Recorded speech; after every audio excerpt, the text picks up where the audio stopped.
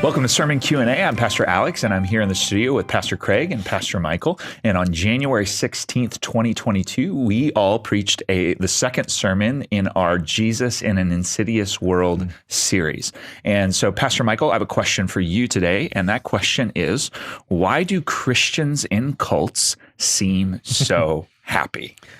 Yeah, you could reframe this as if they're spiritually dead, which is what we talked about, and if they're spiritually dead, then why do they have the appearance of spiritual life? And I think we naturally are going to assume that spiritual life is translated as happiness.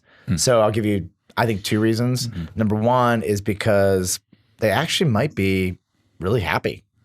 That's valid. Very possible. Or number two, it's because they're forced to be happy, which appear happy. They appear to be happy because they're forced to be happy, because if you're unhappy, the cult will kind of rain down on you. So let's discuss the possibility that they are actually experiencing joy, and that if they had the option to leave the cult or stay in the cult, that they would actually stay in the cult because they believe it's a good life. I would say on the first hand, they don't know anything better. So they've been programmed to think they are better than everyone else, and there could not be because they're manipulative. option. The cults at the end of the day are manipulation devices, right? Absolutely. And they're designed to exploit core human needs and then meet those needs in a really effective way. So here's a couple like human needs that they exploit: acceptance, community, morality, answers, like just the I need clarity about the future, pleasure.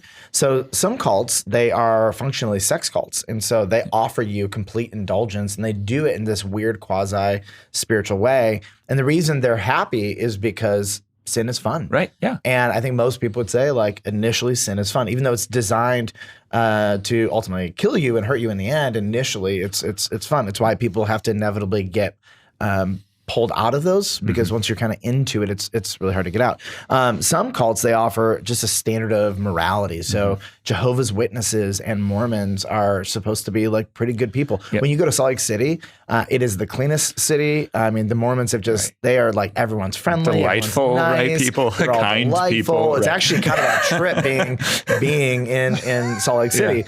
But you go there and you're thinking, wow, this is kind of weird.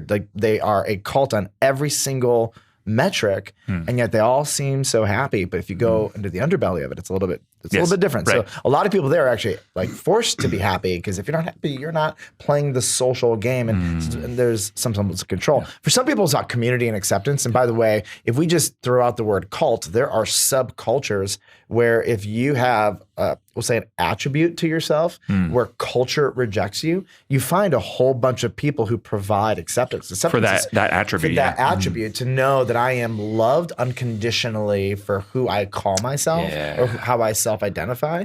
And so acceptance is so fundamentally vital, and that's where it's really hard to convince somebody that something is sin if they're in a community that loves them unconditionally for that thing. It functions like a cult, but it's not a cult.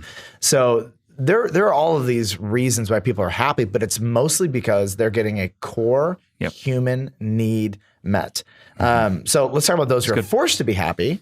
And that's a whole different world, because what a cult will do is control you by creating a standard of behavior, and any deviation comes with it the threat of immediate social consequences or losing everything. So if a cult is doing it right, quote me on this, if they're doing it right, they are going to make any deviation from the standard that the cult leaders have set really painful. And if they're doing it right, they're going to also make sure that the consequences are great, so that if you're in a cult, every core human need you have is met in this community. Your job, by the way, the cult connected to the cult, organize itself so it's self-feeding. Your property, your money, all of these things get tied. Your family gets tied into it, So once now you become discontent and you're not happy, you still have to play the game, because the entire structure of your life is there. Everything will fall apart. If you've got children, all of their friends are there. They're happy because they're living in a safe, controlled environment with stability, and their kind of developmental needs are being met. But you see the truth. So do I uproot my children out of their stability and tell them that everything they knew about their life is wrong? You know what I mean? So there's a cost here. I'm getting, kind of creeped out a little bit because not you ever only been in a cult? no, not a cult. You're telling me I'm in a cult. I think I'm in a cult.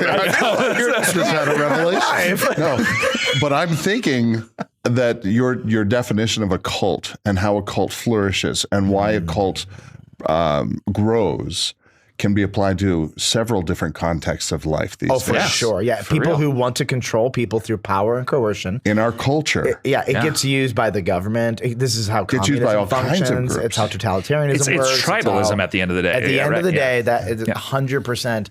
Cults are funny because we think of people like Mormons and they're just so happy. You know, they've always got it. They're always chipper. They are. You know They're what I mean? chipper. They're Yeah. chipper. But the underlying principle to how a cult flourishes and functions, apparently there's all kinds of different cults in our culture that are pulling at us and almost forcing us to be a part of their cult. Yeah. When in reality, that thing is only going to bring death. Totally, yeah. Because it excludes God from the picture. Yep. And again, like having a standard of behavior that is good and right is a good thing. It's a valuable thing.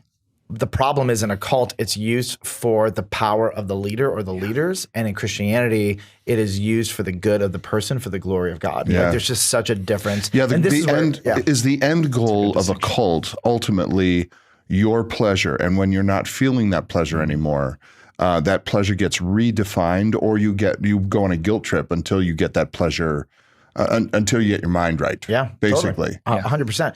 Churches, by the way, the reason, and this language is going around a lot, you'll hear people say, no, that church is a cult. And they may not be talking about a cult doctrinally, but they may be talking about a cult Principles. Like functionally, structurally, yes. structurally, organizationally, that the people exist for the person at the top, or the leaders, Right. and the leaders exercise control. Yeah. Here's one of the, okay, I'm going to go on a limb here, and but here's one of the ways churches act like cults, and I've been thinking about this a whole bunch.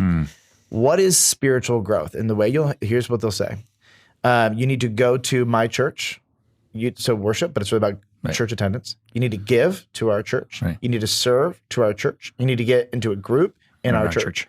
And it is all about the growth track, the spiritual way people grow. It's almost it is so insidious, it's so subtle, but it functions organizationally like a cult, because even how you now define spiritual growth, all of those mechanisms are about You being building absorbed in the system, the right? system and the organization. And the person at the top. Yeah, So right. if you go to a church that is promoting the church rather than Jesus, Correct. Ooh, that's the challenge, right? That's a good way to I'm tell not if saying you're. they're a cult. I'm saying they are cult-ish. Yeah, right, yeah. in the way that they're Because structured. a cult, like technically, a cult has to pervert the gospel. Correct.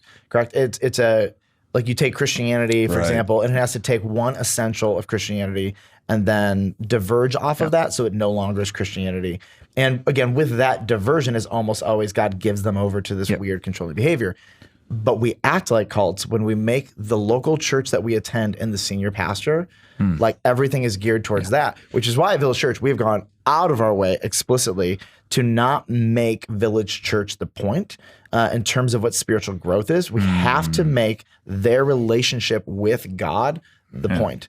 And that's Well, what and I makes think, so real quick, I think there is like an assumption in those systems. The underlying assumption is if you are not serving in a group, coming to worship on Sunday, giving your money, like, these like 5 or 6 things that are all invested in our church, then you must not be spiritually growing. If any of them is off of the list, right? And this is what crosses over into the context of insidiousness, right? Because any group can go down this track because it almost seems so self-propagating that you have to almost come up to the line at some point and say, okay, we're not crossing that line. We're not saying the guy in charge is the most important. We're not saying that the organization that we're promoting is the most important. We are constantly evaluating and reevaluating to make sure that what we do is for the glory of God. Absolutely. Yeah, we diverged, and so I appreciate you letting me take a divergence on that one. That was hopefully helpful. Thank you so much for joining us, and stick around for more questions on Sermon Q&A.